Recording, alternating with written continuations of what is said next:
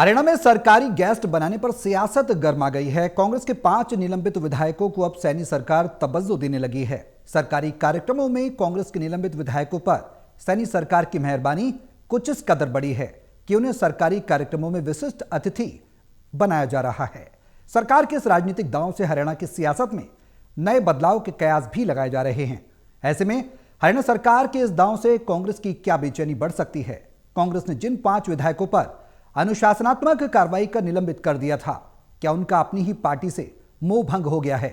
क्या निलंबित कांग्रेस विधायक भविष्य में पार्टी की मुश्किलें बढ़ा सकते हैं?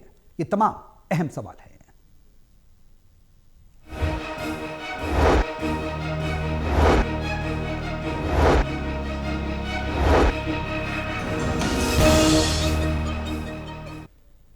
करेंगे आज इसी मुद्दे पर चर्चा। तमाम पैनलिस्ट हमारे साथ मौजूद हैं। उनका तारुफ मैं आपसे करा दूं। हिसार से टोटल टीवी के asset editor doctor Mahesh Kumar हैं। पानीपत से टोटल टीवी के एसेट एडिटर हैं देवेंद्र कथुरिया। वरिष्ठ पत्रकार वीरेंद्र सोनी जी हमारे साथ चर्चा में बने हुए हैं। आप सभी के साथ चर्चा को आगे बढ़ाऊंगा, लेकिन उससे पहले एक रिपोर्ट देखते हैं, फिर करेंगे चर्चा शुरू।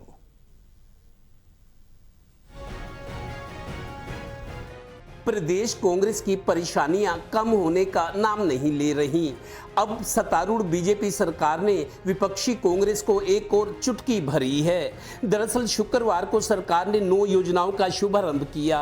इनके कार्यक्रम सभी 23 जिलों में हुए। खास बात ये रही कि सरकार ने राज्यसभा चुनाव में क्रॉस वोटिंग पर निलंबित किए गए कांग्रेस के सभी 5 विधायकों को इन कार्यक्रमों में मंत्रियों के साथ विशिष्ट अतिथि बना दिया। मानो ये विधायक तो कांग्रेस के हैं पर कहना बीजेपी का मानते हैं ये बेचारे। आज मेरे लिए बहुत ही गर्व की बात है कि स्वास्थ्य सेवाओं में निरंतर विस्तार करते हुए आज 100 करोड़ रुपए के विकास कार्यों की महत्वपूर्ण परियोजनाओं का आज उद्घाटन हरियाणा वासियों के बेहतर स्वास्थ्य और सम्मानजनक जीवन जीने की दिशा में एक बड़ा कदम।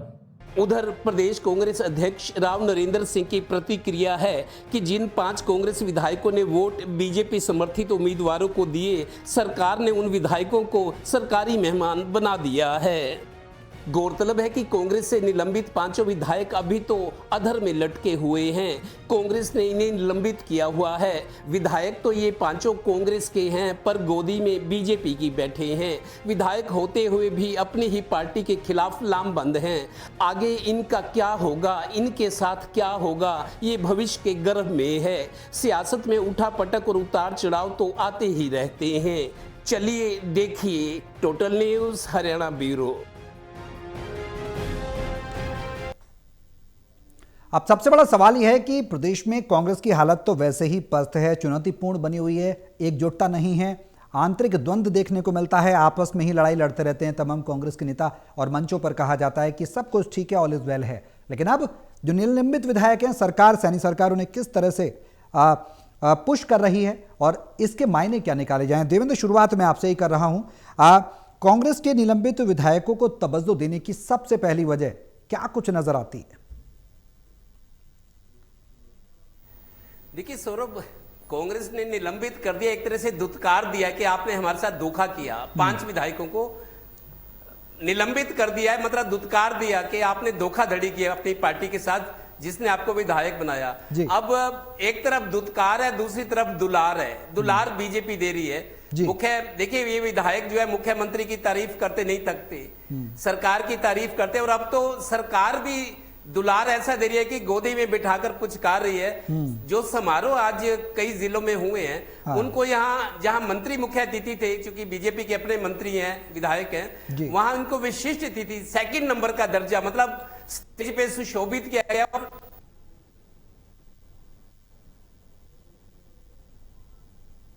देवेंद्र, वॉइस आपकी क्लियर नहीं आ रही, हम तक आवाज नहीं आ रही है, ब्रेक हो रही है। देवेंद्र, लौटूंगा आपके पास। महेश, क्या लगता है मेहरबानी की वजह क्या है? सरकार क्यों मेहरबान है कांग्रेस की निलंबित पार्टी? लेकिन अब ये क्या करें? मैं आता हूं देवेंद्र में लौटता हूं, मुझे रोकना पड़ेगा आपको, मुझे रोकना पड़ेगा। वॉइस आपकी ब्रेक हो रही है, चीजें क्लियर नहीं आ पा रही। बीजेपी और आज जिस तरीके से इनको विशिष्ट तिथि बना दिया, कम से कम देवेंद्र, मैं आ मान रहा हूं। सम्मान दे रही है कि अगर कांग्रेस नहीं पूछ रही, हमें पूछने वाले आपको, तो किसी तरीके से ये अपनी जो विधायकी है या जो समाज में रुतबा है, हालांकि कांग्रेस की नजर में रुतबा नहीं रहा इनका, ये तो ये कहते हैं कि भूपेंद्र हुड्डा इनको कह चुके दोबारा चुनाव लड़के दिखाओ, पब्लिक आपको औकात दिखाएगी। लेकिन अब ये करे क्या, कहां जाए? पार्टी पूछ नहीं रही, पार्टी दुत्कार रही है, अब दुलार बीजेपी दे रही है, तो इसलिए बीजेपी के साथ चल रहे हैं। और अभी 3 दिन पहले सौरभ मेरे पास एक रतिया से किसी का फोन आया था, सिरसा से, फतेहाबाद में है शायद, फतेहाबाद जिले में। रतिया से एक बंदे ने फोन किया, कहते जी टोटल टीवी पे आप डिबेट कराओ। मैंने कहा किस चीज की डिबेट कराएं? कहते जी ये जो जरनैल सिंह है ये कांग्रेस के विधायक हैं, लेकिन बीजेपी की तारीफ करते हैं, मुख्यमंत्री की तारीफ करते हैं। ऐसे विधायक को पार्टी में नहीं रहना चाहिए, तो छोड़ देना चाहिए, इस्तीफा दे देना चाहिए। अंतरात्मा की सुन रहे जो पार्टी के लोग हैं, जहां जहां से चुने गए, पार्टी के लोगों में गुस्सा है। पार्टी भले ही कांग्रेस कमजोर है, अभी 2nd नंबर पे है, आगे आगे बीजेपी, पीछे कांग्रेस है, लेकिन पार्टी के कई कार्यकर्ता ये कह रहे हैं कि पार्टी ने आपको टिकट दिया, आप विधायक बने, आपने पार्टी के साथ ही धोखा किया। तो पब्लिक में ऐसे लोगों की डिबेट कराई जाए, इन लोगों को मतलब शर्मिंदा किया जाए, इनकी करनी इनको याद दिलाई जाए, पब्लिकली शर्मिंदा किया जाए। तो मतलब कांग्रेस के लोगों में गुस्सा है। भले ही कांग्रेस भी कमजोर पार्टी है बीजेपी के मुकाबले, मुख्य विपक्षी पार्टी है, लेकिन ये डिमांड आ रही है कि पब्लिक में डिबेट कराई जाए ऐसे विधायकों के बारे में। तो कुल मिला के अब यह है कि पार्टी इनको पूछ नहीं रही, और भूपेंद्र हुड्डा सलाह देते कि अब दोबारा चुनाव जीत कर तो आओ, दोबारा लड़ लो चुनाव। और राव नरेंद्र सिंह ये कह रहे हैं कि आपने वोट बीजेपी समर्थित उम्मीदवार को दिया, इसलिए आपको अब सरकारी मेहमान बना दिया है, आप मौज करो अब। तो मतलब इनकी पूछ कांग्रेस में है नहीं, बीजेपी पूछ रही है। अभी इनका आगे क्या होगा या इनके साथ क्या होगा वो आगे देखा जाएगा। तमाम बड़े नेता महेश हमने देखा है जो कांग्रेस के हैं, उन्होंने बीजेपी का दामन थामा, धीरे धीरे फिर कुछ ने अंतरात्मा की आवाज सुनी। कुछ ज्वलंत उदाहरण हरियाणा प्रदेश के अंदर हमने देखे हैं। अब जरनैल सिंह की बात भी देवेंद्र कर रहे हैं। जरनैल सिंह हैं, इजराइल हैं, मोहम्मद इजराइल, इलियास हैं, रेणुबाला हैं, शैली चौधरी हैं। अंतरात्मा इनकी कुछ और कह रही है, भाई अब तो सरकारी गेस्ट बन गए, सरकार के कार्यक्रमों में विशिष्ट अतिथि बन गए हैं, तो क्या ये मान लिया जाए कि कांग्रेस से मोह भंग हो चुका है और अब दल बदल की तैयारी की जा रही है? देखिए, मुझे नहीं लगता कि नेताओं की इतनी हैसियत है कि वो दल बदल की हिम्मत जुटा पाएंगे। यानी इस्तीफे की, दल बदल से सीधा मतलब ये मानकर चलिए कि उन्हें इस्तीफा देना पड़ेगा अपनी विधानसभा से और उसके बाद वो दल बदल सकते हैं। लेकिन इतना तो मानकर चलिए कि ये कांग्रेस पार्टी अगर इन्हें दुत्कार देती है, कांग्रेस पार्टी अगर इन्हें नकार देती है, अगर उन्हें निलंबित कर देती है, तो फिर यकीनन भारतीय जनता पार्टी ही एकमात्र विकल्प है। और क्यों ना हो, अगर राज्यसभा के चुनाव में भारतीय जनता पार्टी के समर्थित उम्मीदवार के समर्थन में कांग्रेसी विधायक वोट करते हैं, जो वोट कांग्रेस अपने खाते में गिन रही थी वो अगर भारतीय जनता पार्टी के पसंदीदा उम्मीदवार पर गिरता है, तो फिर यकीनन कांग्रेस पार्टी में भारतीय जनता पार्टी के स्लीपर सेल्स हैं, वो विधायक के तौर पर भी हैं, वो तमाम दूसरी भूमिकाओं में भी हैं। और ये स्लीपर सेल कब एक्टिवेट होते हैं? जब उन्हें ये लगता है कि उनकी अपनी संभावनाएं कम हो रही हैं, उनकी अपनी जो पसंद थी यानी मुख्यमंत्री की कुर्सी वो अगर उन्हें नहीं मिल रही है, तो फिर दूसरे को भी नहीं मिलनी चाहिए, उसके लिए जो करना पड़े वो इसके लिए तैयार है। तो ये मानकर चलिए कि भारतीय जनता पार्टी में, भारतीय जनता पार्टी के हर स्तर पर कांग्रेस पार्टी में स्लीपर सेल्स हैं। वो मंडल अध्यक्ष से लेकर यानी बूथ लेवल मैनेजमेंट से लेकर और शीर्ष लेवल तक मैं ये मानता हूं कि कांग्रेस पार्टी के अंदर भारतीय जनता पार्टी के स्लीपर सेल्स हैं। और वो तमाम स्लीपर सेल्स खुद ब खुद एक्टिवेट होते हैं। जब उन्हें ये लगता है कि मुख्यमंत्री की कुर्सी मुझे नहीं मिलेगी, दूसरे को मिल रही है, तो फिर वे एक्टिवेट होंगे। उन्हें लगता है कि मुझे टिकट नहीं मिली, मेरे उम्मीदवार को, मेरे समर्थन वाले उम्मीदवार को टिकट नहीं मिली, दूसरे को दे दी है, तो फिर वो एक्टिवेट होंगे। अपनी अपनी जरूरतों के हिसाब से ये खुद ब खुद एक्टिवेट होते हैं, भारतीय जनता पार्टी के समर्थन के लिए काम करते हैं। अब ये मानकर चलिए कि जो कांग्रेसी विधायक हैं वो बीजेपी के लिए, बीजेपी के इशारे पर वोट करते हैं, तो फिर आगामी जो 2028 में राज्यसभा का चुनाव आएगा उसमें फिर से इनकी जरूरत पड़ने वाली है और ये तमाम विधायक एक बार फिर भारतीय जनता पार्टी के समर्थन के लिए वोट करेंगे। तो ये मानकर चलिए कि बीजेपी तो अपने लिए संभावनाएं तैयार कर रही है और ये बेहद आसान हो जाता है किसी भी राजनीतिक दल के लिए और खासकर सत्ताधारी राजनीतिक दल के लिए कि अगर उसकी अपनी पार्टी में यानी कांग्रेस पार्टी के अंदर ही तूफान पैदा हो जाए, अपने अंदर ही भूकंप पैदा हो जाए, तो फिर भारतीय जनता पार्टी के लिए चुनावी चुनौतियां काफी कम हो जाती हैं। अब इनके जो हथियार थे यानी इनके जो चुने हुए नुमाइंदे थे, जो चेहरे थे, जो कांग्रेस पार्टी के विधायक बनाकर विधानसभा तक हरियाणा की जनता ने अलग अलग विधानसभा क्षेत्रों से पहुंचाने का काम किया। अब यही अगर भूपेंद्र सिंह हुड्डा से जंग लड़े, यही अगर राहुल गांधी और सोनिया गांधी से जंग लड़े, मुकाबले करें, बयान दे, तो फिर ये बीजेपी के लिए आसान हो जाता है। और मुझे लगता है कि उसी डगर पर अब बीजेपी के लोग चल रहे हैं। इन्हें किसी भी तरह की सरकारी सुविधा देने में मुख्यमंत्री को, किसी भी सरकार के नुमाइंदे को, किसी कैबिनेट मंत्री को गुरेज नहीं होगा, क्योंकि ये दुश्मन खेमे से हैं, लेकिन लड़ते भारतीय जनता पार्टी के लिए हैं। भारतीय जनता पार्टी को संरक्षण देते हैं, उनके फायदे के लिए काम करते हैं। तो फिर आप कांग्रेस से उम्मीद क्या करेंगे? और बाकी किसी दूसरे राजनीतिक दल की मुझे नहीं लगता कि अब कोई खास अहमियत इस वक्त राजनीति में बनी हुई है। कोई खास उनका मकसद, कोई खास उनकी भूमिका इस वक्त तो नजर नहीं आ रही। तो मानकर चलिए कि सत्ताधारी दल है, सत्ताधारी दल का एक अपना आकर्षण होता है। और कांग्रेस पार्टी के इन तमाम विधायकों के खिलाफ चूंकि कांग्रेस पार्टी अपना फैसला ले चुकी है, तो बीजेपी एकमात्र विकल्प। एक और खास बात की तरफ आपका ध्यान में दिलवाना चाहूंगा कि कांग्रेस पार्टी के जो शीर्ष नेता हैं, ये उन नेताओं पर भी लगातार शक अब तक भी किए हुए हैं जिन लोगों ने अपने वोट को रद्द करवाया है। ये मानकर चलिए कि दो अलग अलग यहाँ पर टैरिफ प्लान्स बनाए गए थे, एक जो क्रॉस वोट करेगा कांग्रेस पार्टी का विधायक और दूसरा जो अपना वोट रद्द करवाएगा। दोनों के टैरिफ प्लान में काफी बड़ा अंतर था, लेकिन जिससे ज्यादा फायदा चाहिए था उसने अपने वोट को रद्द करवा लिया। जो आधे अधूरे यानी न्यूनतम फायदे में जो सहमत थे उन्होंने अपने वोट को रद्द करवा लिया। यानी वो पार्टी के बागी होने से भी बच गए और उन्हें किसी तरह के निलंबन या पार्टी विरोधी कार्रवाई का सामना भी नहीं करना पड़ा और चुपचाप उन्हें जो चीज हजम करनी थी वो हजम कर चुके हैं। तो मानकर चलिए कि ये तमाम नेता जो कि अपने वोट को रद्द करवा चुके हैं, ये भी दरअसल भारतीय जनता पार्टी के लिए काम कर रहे थे, ये भी दरअसल भारतीय जनता पार्टी के स्लीपिंग एजेंट थे, लेकिन इन्होंने आसान रास्ता चुना और उस आसान रास्ते के जरिए आसानी से बच निकलने में कामयाब भी हुए हैं। वीरेंद्र जी, जो मौजूदा स्थिति है कांग्रेस की बेहद चिंताजनक है। महेश ने बहुत चीज़ें ब्रीफ की और ये भी बताया, देवेंद्र भी बता रहे हैं कि स्लीपिंग एजेंट पार्टी के अंदर काम कर रहे हैं। अब ऐसे में सवाल यह है कि पार्टी की आंतरिक चुनौती ये क्यों ऐसी स्थिति पर हरियाणा कांग्रेस आई है? क्या व्यक्ति विशेष की पार्टी बनकर रह गई, वो एक वजह मानते हैं? पार्टी के प्रति लोगों की निष्ठा नहीं है, जो ज्वाइंट एक निष्ठा देखने को मिलती है कि भाई सामूहिक रूप से पार्टी के लिए काम करें, उसकी कमी है पार्टी के अंदर, या फिर कुछ और वजह आप मानते हैं जो लगातार इस तरह की कार्रवाइयाँ देखने को मिल रही हैं? और फिर जो भटकन होती है, जो चिटाव होता है, वो कहीं ना कहीं दूसरे दलों में जाकर अपनी अपनी जगह तलाशने की कोशिश की जाती रहती है। कांग्रेस के अंदर तो इस वक्त अजीब सी परिस्थिति बनी हुई है, इसका जिम्मेदार किसे मानते हैं?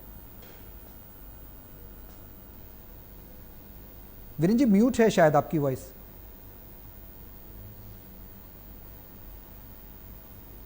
आपकी वॉइस हम तक नहीं पहुंच रही है। मैं कनेक्ट होऊंगा आपसे, एक बार फिर से कनेक्ट होऊंगा। देवेंद्र, क्या लगता है?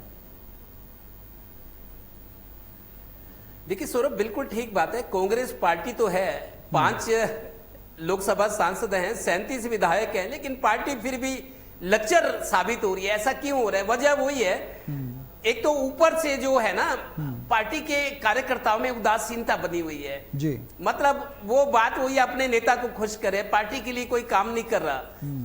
जिलाध्यक्ष बने थे, कहा था ये होगा वो होगा, जिलाध्यक्ष भी अब कोई नतीजा कोई खास मिला नहीं है, कोई एक्टिविटी नहीं हुई। अपनी तरफ से पार्टी जो कहती है वो कर देते हैं। गुटबाजी मैं समझता हूं, एक उदासीनता और दूसरा गुटबाजी, क्योंकि अभी भी 3-4 खेमों में कांग्रेसी बटे हुए हैं। वो पार्टी का भला तो चाहते हैं कि पार्टी सत्ता में आए, पार्टी मजबूत हो, लेकिन करना कुछ नहीं चाहते। उनकी उदासीनता और गुटबाजी का जो एक उन पर लांछन लगता है, यही सबसे बड़ी रुकावट है कि कांग्रेस मजबूत होती दिख नहीं रही। हालांकि कई मौके आए, आपके निकाय चुनाव भी हुए थे, अच्छा प्रदर्शन हो सकता था, लेकिन मेयर जैसे 3 सीटें थी, तीनों बीजेपी दोबारा जीती है। सदन में भी बहुमत बीजेपी का है। लेकिन एक चीज और है सौरभ, जिस तरीके से बाकी संगठन बनना था, वो थी बात के 5 राज्यों के चुनाव होने के बाद बाकी संगठन ब्लॉक अध्यक्ष बनेंगे या प्रदेश कार्यकारिणी, और मतलब थोड़ा सा पार्टी में सक्रियता आएगी। वो काम भी अभी लेट होता जा रहा है। इस जो पार्टी का हाल है, कांग्रेस हरियाणा में कैसे चली है, ये बात ऊपर हाईकमान को भी पता है, ये बातें ऊपर भी जाती हैं जी। कार्यकर्ता अपने बड़े नेताओं से मिलने दिल्ली जाते हैं, मुख्यालय में कांग्रेस में जाते हैं, बातें होती है, फीडबैक जाता है, लेकिन जी केंद्रीय नेतृत्व भी अभी पता नहीं क्यों फैसले करने में देरी कर रहा है। पहले ये कहा जा रहा था कि 5 राज्यों के चुनाव खत्म होते ही मई के आखिर तक ब्लॉक अध्यक्ष बन जाएंगे, प्रदेश कार्यकारिणी बनेगी, लेकिन ऐसा हो नहीं रहा, देरी पर देरी हो रही है। तो उस वजह से पार्टी में वो पैनापन नहीं है, आक्रामकता नहीं है, जो इसीलिए उदासीनता है और गुटबाजी है। इसी वजह से कांग्रेस बार बार मात खा रही है। बिल्कुल, सवाल यही है कि जहां कांग्रेस एक तरफ मार खा रही तो वहीं दूसरी तरफ बीजेपी हर बार प्लस पॉइंट लेती जा रही है, और कब तक इस तरह से जो जाहिर सी बात है आप मौका छोड़ेंगे तो सामने वाला तो फायदा उठाएगा। महेश, ऐसे में सरकार के इस राजनीतिक दांवों के क्या मायने निकाले जाएं? हरियाणा की सियासत में क्या कुछ नए बदलाव के संकेत और कयास लगाए जा सकते हैं? क्या अनुमान किया जा सकता है? देखिए, मैं हमेशा ही मानता हूं कि भारतीय जनता पार्टी जो एक चुनाव खत्म होने के साथ ही अगले चुनाव की जो तैयारी शुरू कर देती है, वो दरअसल विरोधियों को खत्म करने की तैयारी होती है। यानी दुश्मन को आप सिर संभालने का, दोबारा से उठने का, अपने पैरों पर खड़े होने का मौका नहीं देना चाहते, और वही भारतीय जनता पार्टी की स्ट्रेटेजी भी इस वक्त नजर आ रही है। भारतीय जनता पार्टी सुनिश्चित कर लेना चाहती है कि कांग्रेस किसी भी सूरत में मुकाबले की स्थिति में नहीं आए। कुछ खामियां रही, कुछ परेशानियां रही, जिसकी वजह से अभी जो 2024 का जो विधानसभा चुनाव था उसमें कहीं ना कहीं मुकाबले की स्थिति जो है देखने को मिली थी, और काफी ज्यादा एक भारतीय जनता पार्टी के लिए मुश्किल की स्थिति पैदा हुई थी। एंटी इनकमेंसी पैदा हुई थी, मनोहर लाल खट्टर के कुछ सख्त फैसले थे जिसका खामियाजा बीजेपी को उठाना पड़ सकता था, लेकिन चेहरा बदलकर बीजेपी ने वो डैमेज कंट्रोल कर लिया। फिर कांग्रेस पार्टी के अंदरूनी हालात भारतीय जनता पार्टी के लिए वरदान साबित हुए। कांग्रेस पार्टी ने कांग्रेस पार्टी को हराया और फायदा भारतीय जनता पार्टी का हुआ।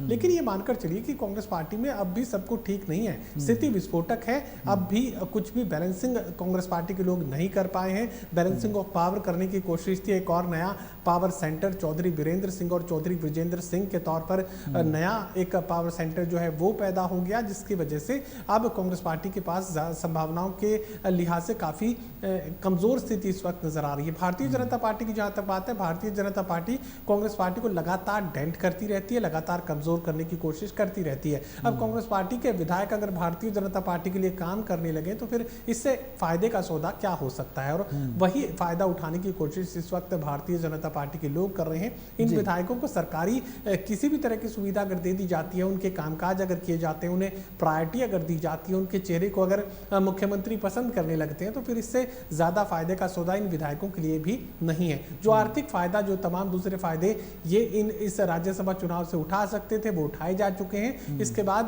अन्य जो विकल्प हैं, सरकार से जो सुविधाएं या तमाम जो दूसरे कामकाज फाइनेंशियल गेन्स लिए जा सकते हैं, वो कोशिश लगातार इन विधायकों की तरफ से चलती रहेगी। कांग्रेस पार्टी में कांग्रेस पार्टी के दुश्मन बने रहेंगे, तो ऐसे में ये सौदा बीजेपी के लिए ज्यादा बड़े फायदे का है। वीरेंद्र जी, आवाज मिल रही है?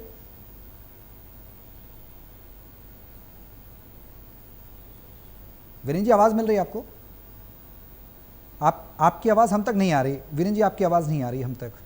बिल्कुल ठीक है, मैं लौटूंगा आपके पास। अगर कुछ टेक्निकल दिक्कत अगर सॉल्व हो जाती है तो जल्द लौटूंगा मैं आपके पास। लेकिन देवेंद्र, अब भविष्य में क्या पार्टी की मुश्किलें बढ़ेंगी? कांग्रेस की मुश्किलें ऑलरेडी मुश्किल में है कांग्रेस हरियाणा के अंदर, इससे कोई गुरेज नहीं है। कोई हर व्यक्ति इससे इत्तेफाक रखता है कि कांग्रेस में चुनौतियाँ हैं, अंतर्द्वंद है, आंतरिक कलेश है, सुलझ नहीं पा रहा मामला। अब क्या ये जो निलंबित विधायक है ये भी मुश्किलें और ज्यादा बढ़ाने जा रहे हैं या बढ़ा सकते हैं? कितनी संभावनाएं नजर आती हैं देवेंद्र? देखिए, निलंबित विधायकों का मसला तो दल बदल या जब विधानसभा सत्र होगा पार्टी इनके खिलाफ क्या कार्रवाई करती है। निलंबन करना तो ये एक टेम्परेरी फेज था, इनको निलंबित कर दिया ताकि ये पार्टी नहीं छोड़ सकते, बंधे हुए हैं। दल बदल कानून जो है ये पार्टी नहीं छोड़ सकते, बीजेपी ज्वाइन नहीं कर सकते। ये है कि बैठेंगे विधानसभा में लेकिन कांग्रेस के खिलाफ नहीं, बीजेपी की तारीफ कर सकते लेकिन दल बदल नहीं कर सकते। दूसरी बात यह, मेरे को पता है अब इलेक्शन तो कोई है नहीं हरियाणा में, 3 साल तो है ही कम से कम। मई में लोकसभा चुनाव होते हैं, 2029 मई में होंगे, 3 साल पूरे हैं। अभी यह है कि कांग्रेस का जो केंद्रीय नेतृत्व है वो इनको पुशअप करे, इनको झकझोरे, बड़े नेताओं की खिंचाई करे, एक लाइन में खड़ा करे और संगठन को और विस्तार दे। जो ब्लॉक अध्यक्ष, जो जमीनी स्तर पे ब्लॉक अध्यक्ष होते हैं वो अभी तक बने नहीं है, प्रदेश अध्यक्ष नहीं है, पार्टी गुटों में बटी हुई है। केंद्रीय नेतृत्व ही कांग्रेस को अब थोड़ा सा टाइट कर सकता है, इनको पुल अप कर सकता है, लाइन अप कर सकता है, बड़े नेताओं को ला सकता है। अभी एक आज देखिए बीजेपी को एक झटका सौरभ आज ये लगा है कि निकाय चुनाव जो आज रिजल्ट आया है पंजाब में, बहुत अच्छा प्रदर्शन आम आदमी पार्टी का है और बीजेपी वहां सबसे आखिरी नंबर पर है। कांग्रेस को भी कुछ सीटें मिली है, कपूरथला में कांग्रेस को काफी मिली है, लेकिन आज के जो निकाय चुनाव के रिजल्ट हैं बीजेपी बिल्कुल निचले पायदान पर है। ये कांग्रेस के लिए थोड़ा सा एक संकेत हो सकता है कि आप जोर लगाओ, कांग्रेस मजबूत हो सकती है। उसके लिए केंद्रीय नेतृत्व को इनिशिएटिव लेना पड़ेगा, केंद्र को भी लेना होगा। देवेंद्र, एक सवाल है जो हम अक्सर चर्चा में करते रहे हैं, प्रदेश स्तर पर नेताओं को भी समझना होगा कि पार्टी के लिए काम करें, व्यक्ति विशेष के लिए ना करें, और पार्टी कहीं ना कहीं विकल्प के तौर पर, हुड्डा के विकल्प के तौर पर किसी को नहीं खोज पा रही है। महेश, क्या कुछ उम्मीद अभी भी लगती है कांग्रेस की मौजूदा स्थिति को देखते हुए? अगर बीजेपी इस फायदे को बनाने की कोशिश करे तो उसमें क्या कुछ पॉसिबिलिटीज आप देख रहे हैं? कांग्रेस के लिए अगर ये नुकसान का सौदा साबित होता है तो उसमें क्या कुछ पॉसिबिलिटीज देख रहे हैं? दोनों पक्षों की बात करें तो क्या? देखिए सौरभ, मुझे लगता है कि भूपेंद्र सिंह हुड्डा अब हरियाणा कांग्रेस में इतने मजबूत हो चुके हैं कि उनके सामने जो केंद्रीय नेतृत्व है वो कमजोर पड़ जाता है। भूपेंद्र सिंह हुड्डा की मर्जी के खिलाफ जो है कांग्रेस पार्टी का शीर्ष नेतृत्व कोई फैसला नहीं ले पाता है। लगातार हम एक के बाद एक इस तरह के संकेत जो है वो देखते रहे हैं कि भूपेंद्र सिंह हुड्डा के खिलाफ किसी फैसले में देरी तो की जा सकती है, लेकिन उसे टाला नहीं जा सकता। आखिरकार वही होगा जो भूपेंद्र सिंह हुड्डा चाहेंगे। भूपेंद्र सिंह हुड्डा हर तरह से मजबूत इस वक्त कांग्रेस पार्टी में बने हुए 10 साल के मुख्यमंत्री वो रहे हैं, तो ऐसे में यहाँ हर तरह की मजबूती, किसी भी तरह की मजबूती जो कि तमाम वो संसाधन जो कि चुनाव जीतने के लिए, चुनाव लड़ने के लिए चाहिए होते हैं, भूपेंद्र सिंह हुड्डा के पास वो सबसे ज्यादा है। तो ऐसे में ये मानकर चलिए कि मास लीडर के लिहाज से भी, देखिए हुड्डा की आप तारीफ करें, हुड्डा की आप खामियां गिनवाएं, लेकिन ये तो तय है कि भूपेंद्र सिंह हुड्डा से बड़ा मास लीडर इस वक्त हरियाणा प्रदेश में नहीं है। उनकी अपनी एक्सेप्टेंस का जो लेवल है वो हरियाणा प्रदेश में बतौर इंडिविजुअल लीडर सबसे बड़ा जो व्यक्तित्व है उनका नजर आता है। उनकी अपनी फैन फॉलोइंग है, चाहे वो आप कह सकते हैं कि जाटों का नेतृत्व कर रहे हैं, लेकिन भले ही जाटों का नेतृत्व कर रहे हैं, लेकिन जाटों की भी सबसे बड़ी आबादी को वो रिप्रेजेंट कर रहे हैं, उन्हें लीड कर रहे हैं। वो अलग बात है कि तमाम जो दूसरी जातियां उसमें भी अच्छी खासी उपस्थिति जो है भूपेंद्र सिंह हुड्डा की देखने को मिलती है। देखिए अगर आप इंडिविजुअली कैलकुलेट करने की कोशिश करेंगे तो भूपेंद्र सिंह हुड्डा से मजबूत आज भी हरियाणा कांग्रेस में कोई नहीं है, लेकिन भूपेंद्र सिंह हुड्डा की वो मजबूती इतनी मजबूत नहीं है कि वो सत्ता के मुहाने तक पहुंचा पाए या सत्ता पर काबिज होने में कामयाब हो जाए। उन्हें दूसरों का सहारा चाहिए ही, गैर जाट वोट चाहिए ही, और गैर जाट लीडर जब चुनाव से दूर हो जाते हैं, प्रचार से दूर हो जाते हैं, नेगेटिव मैसेज देने लगते हैं, तो उसके बाद ये मानकर चलिए कि फिर उनकी संभावनाएं खत्म हो जाती हैं। और यही स्थिति इस वक्त भूपेंद्र सिंह हुड्डा की बनी हुई है। वैकल्पिक कोई व्यवस्था कांग्रेस पार्टी करने की चाहे कोशिश करे, लेकिन केंद्रीय नेतृत्व इसमें कामयाब नहीं हो पाता, क्योंकि हुड्डा की मजबूती इतनी है कि तमाम जो दूसरे नेता हैं वो कमजोर पड़ जाते हैं, गौण पड़ जाते हैं। और यही मजबूरी भी केंद्रीय नेतृत्व की, कांग्रेस पार्टी की कही जा सकती है कि वो हुड्डा को नाराज भी नहीं कर सकते, हुड्डा को खो भी नहीं सकते। हुड्डा को अगर दूर किया तो फिर हरियाणा में कांग्रेस पार्टी के अस्तित्व पर खतरा पैदा हो जाएगा। तो मजबूरी में मुझे लगता है कि कांग्रेस पार्टी का शीर्ष नेतृत्व, केंद्रीय नेतृत्व इस वक्त नजर आ रहा है। हुड्डा की बात नहीं माने तो केंद्रीय नेतृत्व की मुश्किल है, और अगर हुड्डा की हर बात को मान लिया जाए तो फिर पार्टी की स्थिति बनाना मुश्किल। बिल्कुल जाहिर सी बात है, बिल्कुल सही कह रहे हैं आप। और ऐसे में क्या कोई बीच का रास्ता निकाला जाए? जो सियासी पारा हाई है, कांग्रेस को लॉस की संभावनाएं देखी जा रही हैं, कांग्रेस की स्थिति दिनों दिन दयनीय होती जा रही है, उसको कैसे संभालें? कांग्रेस शीर्ष नेतृत्व और प्रदेश नेतृत्व को ही जिम्मेदारी संभालनी होगी, फ्रंट फुट पर आकर लड़ना होगा अपनी पार्टी के लिए, अपनी पार्टी के हक के लिए, पार्टी की एकजुटता के लिए काम करना होगा, जिससे कि मजबूत विपक्ष के तौर पर, बिखरे हुए विपक्ष के तौर पर पार्टी खुद को साबित ना करे, बल्कि ये साबित करे कि पार्टी एकजुट है और मौजूदा समय में सैनी सरकार के सामने कुछ स्टैंड करती है। देखना होगा कि कांग्रेस का अगला कदम क्या कुछ होता है इस तमाम सियासी शोरगुल के बाद। बहुत शुक्रिया आप सभी का हमारे साथ इस चर्चा में शामिल होने के लिए। यहां पर रुक रहे हैं ब्रेक के लिए।